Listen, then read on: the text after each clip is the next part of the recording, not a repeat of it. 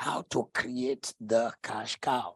So if everything works out and now I am to create cash cow, how do I do it? Since you've told me don't live paycheck, but live on cash cow, how do you do it? That's what we want to look at tonight. Number one, from our teaching says, number one, don't leave your job hastily. You know, when you hear a teaching like this about paycheck to cash cow, and you see the beauty of cash cows, the temptation is there to, of course, want to just boom, boom. You can't. You have to have clear foundation, a methodology. Moreover, even if the business was doing well, you need to create a system whereby you are able to continue to connect with what you have before you begin to move. Number one, don't hastily resign and say, well, I've just heard it. I need to have cash cow instead of paychecks. You need to go. If I may counsel, it will have to be to do like a 90-10, 80-20, 70-30. And by that, I mean 90% of your time in employment and 10% in your own business. After a while, you reduce it to 80-20.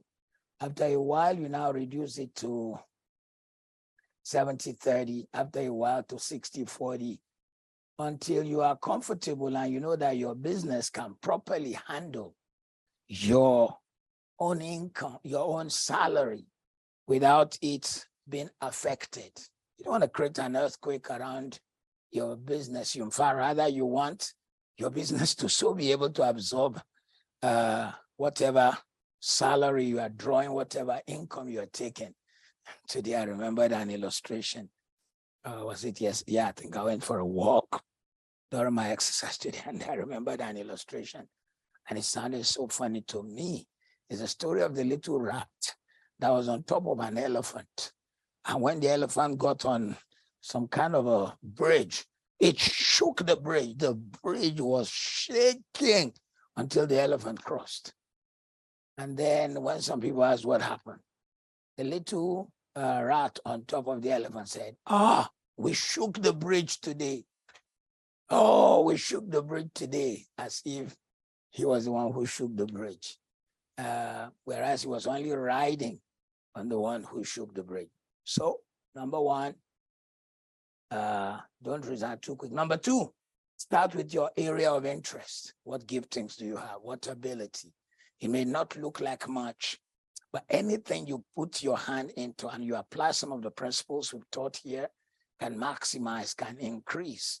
I was speaking on wealth creation in a church yesterday, and I told them of a man who all he does is scaffolding.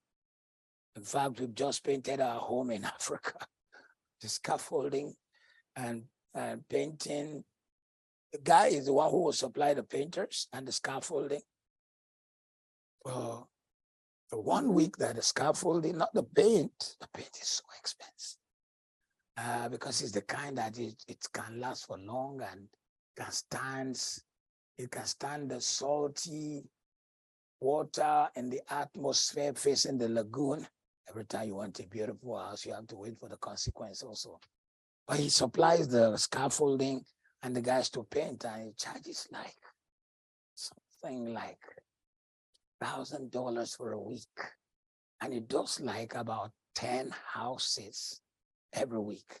Now, $2,000 and 10 houses is something like maybe $20,000 a week. Boy, his outlay out of the $20,000 is just the boys who work for him, because the scaffolding equipment, he had used it in my house. In 6 years, this is the third time I'm painting the house. I like the house to look spanking nice. It's the same scaffolding, it looks all old and rusty. They just come, they tie it together. It's the same equipment. So let us even say total, his overhead cannot be more than $1,000 in the 1 week. So his profit is $19,000 every week. Jesus, man, there is no executive director of any bank in the country that I know that is earning that. It probably the CEO of banks when it converts to the local currency. And this guy didn't go to school. Matter of fact, you see the jalopy vehicle, they used to bring the scaffolding. So he stayed in his area of interest. The guy doesn't have much education. He only speaks pidgin English, only speaks pidgin English, hires the only expert people I can see are some boys he had trained on how to tie the scaffold, how not to be afraid. 4 floors, 6 floors, 7 floors, 8 floors. They know how to just go up, tie the scaffolding. And then the painter boys come from the next door nation.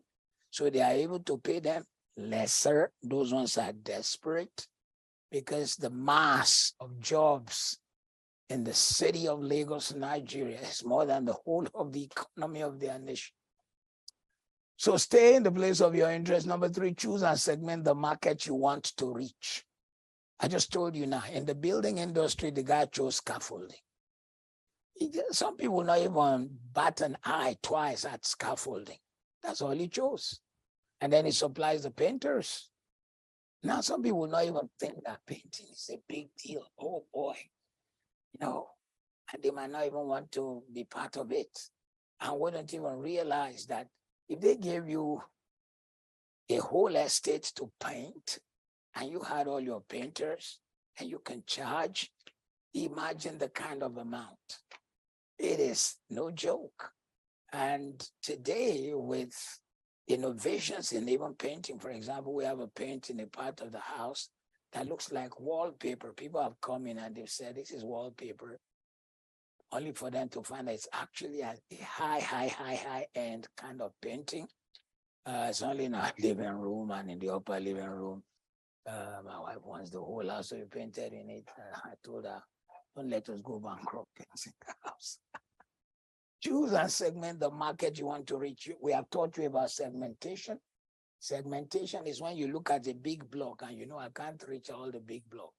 Let me eat a little bit of the elephant. Number 4, market your services. So if you want to move from paycheck to cash cow, find a service, then market it. Market what you know to do well about. I met with 2 people today, both of them trained in civil engineering. One was a year ahead of the other. The girl was a year ahead of the boy. Both of them read civil engineering. The girl is still in the building industry, but does not build job. She's just a marketer, and she's Nigeria's number 1. Number 1 marketer at selling property. She wins the award all the time. Every estate she sells for, they are giving her cars so that she's driving their cars. She's also showing the estate. I told her, stop collecting cars. Because she's my daughter. I said, stop collecting cars, start collecting lands. Tell them, don't pay me with car, pay me with land, because cars will rust. The girl is, these guys are messing one's head up the way they are achieving at a young age. She can't be more than 34. She cannot be more than 34. She came with another young man who is also a civil engineer by training. He says, I just did the civil engineering because my parents wanted me to read civil engineering. I came out with a 2nd class upper.